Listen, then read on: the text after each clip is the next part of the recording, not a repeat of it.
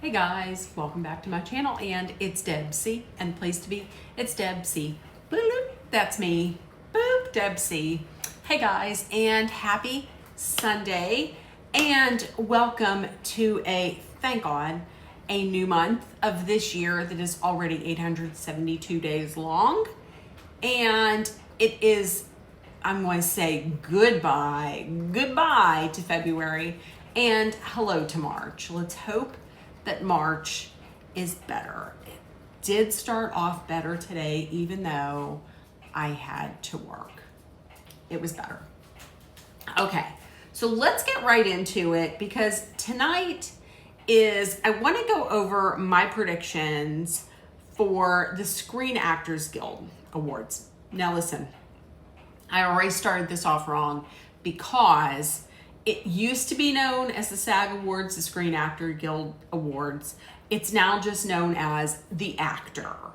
I'm not going to call it that. I'm just going to probably still call it the SAG Awards, the Screen Actors Guild.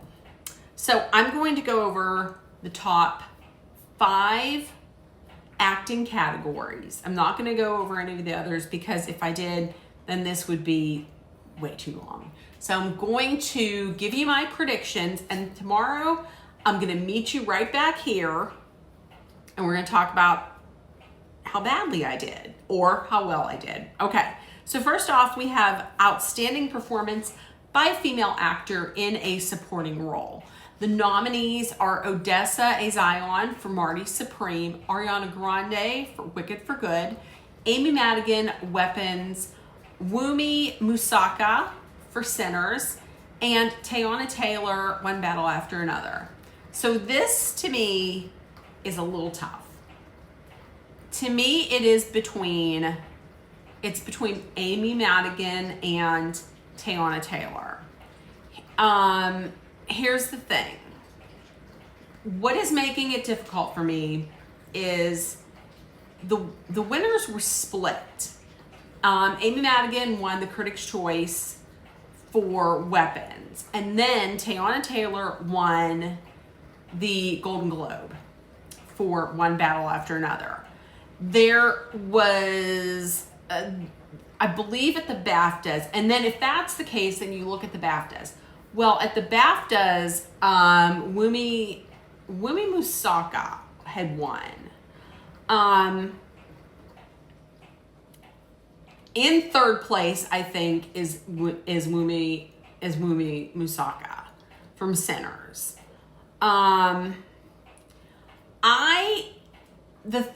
The reason as to why I would say that maybe it wouldn't go to Amy Madigan is because Weapons, the new movie Weapons, doesn't really show up anywhere else. It's not something that has a whole bunch of other nominations, whether it be in like acting or anything else. I believe this is the only nomination that it has. So Weapons is not really like out there. And it's in a genre that isn't really rewarded that often, and that's horror. Last year, the difference between she's nominated for her performance as Aunt Gladys in a horror movie. And Demi Moore was nominated last year for The Substance, which was a horror movie. But The Substance was in everywhere. It was in like Best Director. It was in Best Film or Best Picture. It was in everything. So that's the difference between these two. So that could maybe, I'm wondering if that could be a con for Madigan. But then again, on the pro side, she has been in the game. She's been acting for a while. Like, her Oscar nomination this year, I believe, set a record for like the longest gap between her last Oscar nomination and her current Oscar nomination. I believe I had heard that it was like 40 years. So she has a large body of work. And I'm wondering if, because the actors are voted on by actors. So I'm wondering if maybe, and this is not to say that her performance is not wonderful, is not great, is not, is not deserving. I haven't seen it. I've heard that her performance is like through the roof. But I'm wondering if her peers will be like, well, listen, she's great in this, but she's had so many wonderful roles. How about if we give it to her for the career? That's where I'm thinking maybe that's something that could be, I wonder if that could be rewarded. Also, from what I understand, she's gotten quite a bit of like critical, she's won awards that are not like televised. So awards that are like critics awards, very specific critic awards. You know what I mean?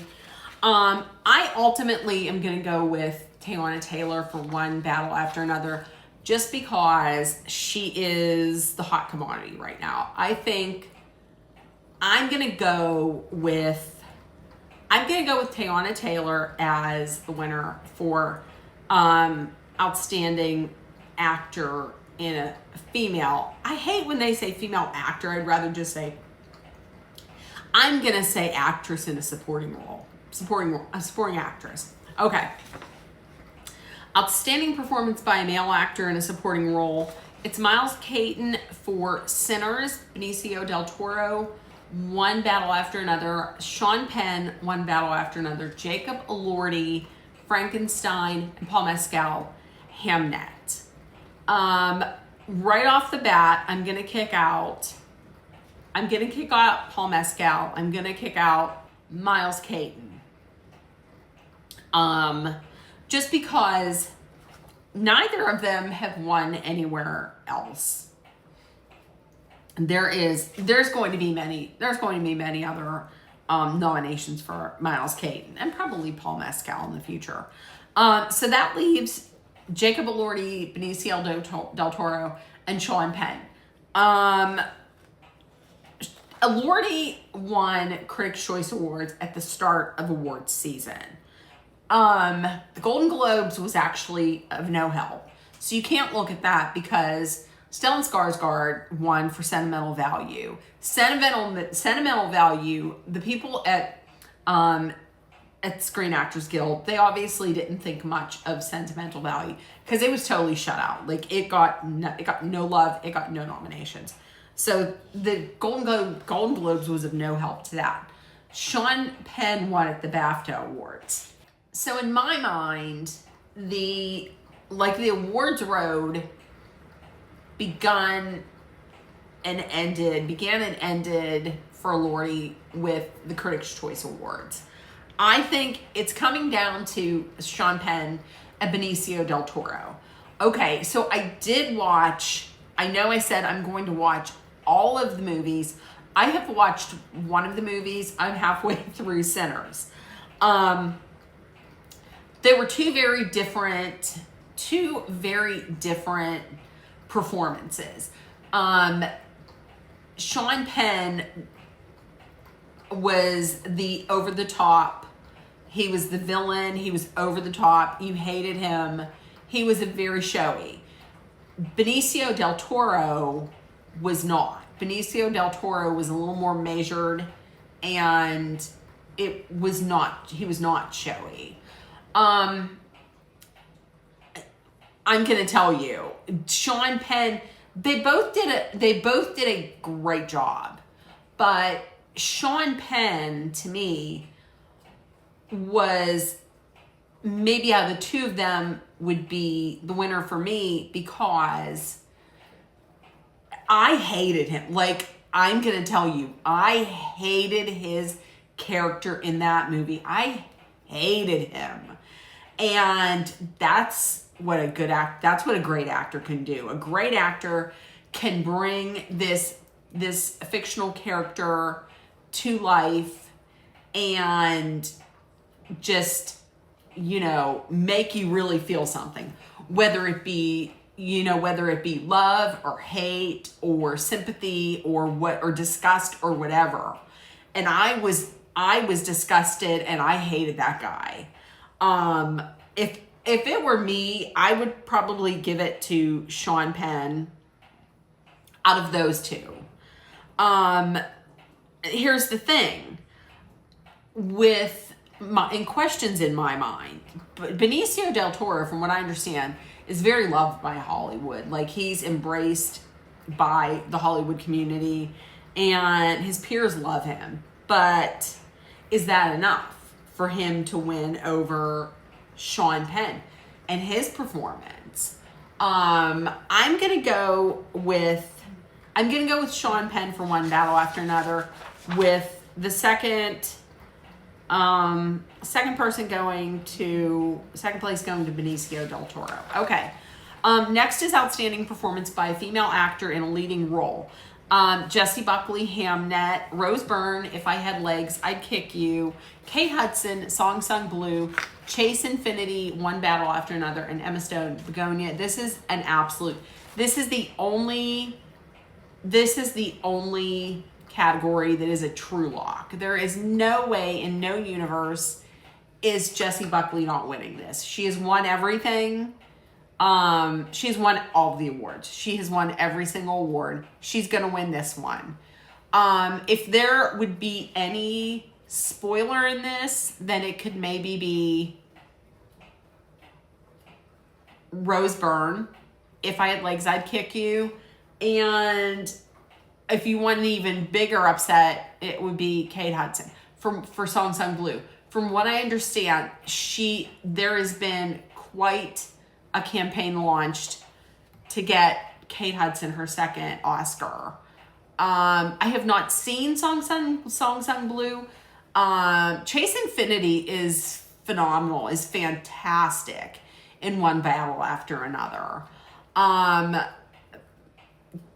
From what I understand, Song Sung Blue is a forgettable movie, but she's the best thing in the movie. So yeah, from what I understand, there's a large scale campaign to get her the Oscar. Okay, Outstanding Performance by Male Actor in a Leading Role. We have Leonardo DiCaprio for One Battle After Another; Timothy Chalamet, Marty Supreme; Ethan Hawke, Blue Moon; Michael B. Jordan, Sinners; and Jesse Plemons for Begonia. Okay. I am going to say that I'm going to go with Timothy Chalamet for Marty Supreme. Here is the thing, though. I have two questions. My two questions on this, there is a little bit of doubt, because my two questions are, would the voters want to give Chalamet this award again after he won the same award last year for his portrayal of Jimmy Dean, of Bob Dylan? He won it last year. He won it for Bob Dylan. He won it for him playing Bob Dylan. Do they want to give him it again? And number two, and even more importantly, in my mind, are all of these shenanigans and him campaigning so hard for the Oscar, has it turned some of these voters off? Because from what I understand, he actually put out this retrospect of his career. He's 30. He is 30. He hasn't been acting for decades upon decades. While he is a great actor, and he has had some amazing performances, a retrospect of your career when you're 30, not in your 30s, when you're 30.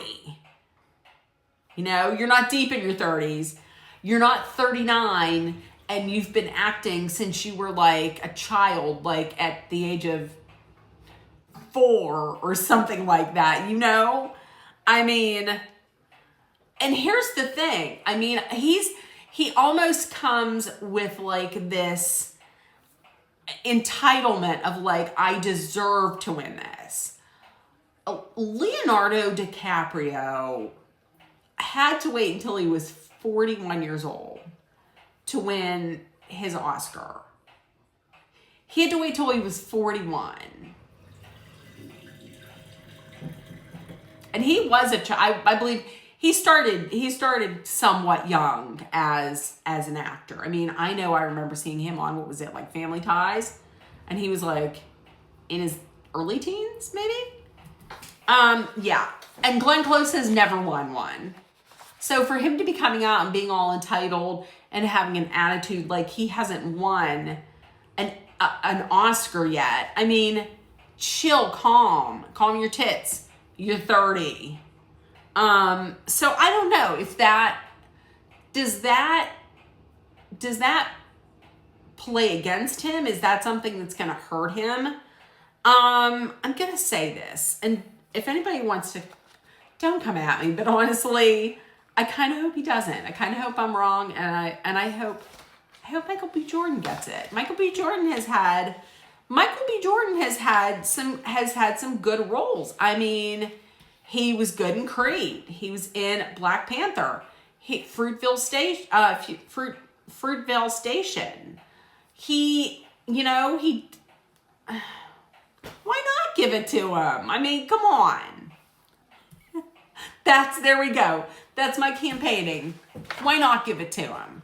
But unfortunately, I think they're going to go with Timothée Chalamet. That's my final. Timothée Chalamet, and with Michael B. Jordan in at second. And I think I don't think Jesse Plemons is not in it. Is not in the discussion, and I don't think Leonardo DiCaprio is, because if you get a win for Teyana Taylor, if you get a win for Sean Penn, do they really want to give One Battle After Another all of the acting awards? You know what I mean? So I'm gonna go with Timothée Chalamet. Okay, outstanding performance by a cast in a motion picture. The nominees are Frankenstein, Hamnet, Marty Supreme, One Battle After Another, and Sinners. I'm going to probably be the only person that says this, but I'm probably going to be wrong. I'm going to go with Sinners. I'm going to say Sinners wins. And the reason why I'm saying that, and this is a tough one, because when it's how the category is worded. At the Oscars, it's Best Picture. But here it is Outstanding Performance by a Cast in a Motion Picture. I'm going with Sinners because in Sinners, to me, in what I've watched, it's more of a cast ensemble performance in Sinners as opposed to One Battle After Another. To me, the cast wasn't like cohesive and wasn't together a lot of the time. That's why I'm going to go with Sinners. Now, I'm going to go with Sinners. I might come back tomorrow and be like, I was wrong. But based on how it is, if you're going with outstanding performance by a cast, the whole collective of the cast was together much more than One Battle After Another. I'm going with Sinners for outstanding performance by a cast in a motion picture. So there we go. I'm picking, once again, we're going Best Supporting Teyana Taylor, Best Supporting Actor, Sean Penn, Best Leading Actress, Jessie Buckley, Leading Actor, Timothée Chalamet, and Outstanding Performance by a Cast, Sinners. There we go. Okay, let's see how I did I'm going to take Jack out right now, and then I'm going to get ready for the red carpet. So listen, in the comments, please let me know who you think is going to win. And if nobody told you yet today, you are loved, seen, and heard. Please make sure that you put, oh, I can't take this hair. Please make sure that you put love, kindness, compassion, acceptance, hope, and positivity out there in the world. So it comes right back at you. Please make sure that you spread kindness because it is needed. Always be aware of your surroundings. Be smart and safe. Let's hydrate with some water, which I'm going to get a big bucket of it.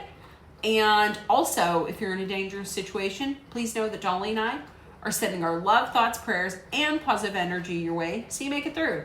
Love you guys, and I will see you tomorrow when we find out who won. All right. Bye, guys. Bye.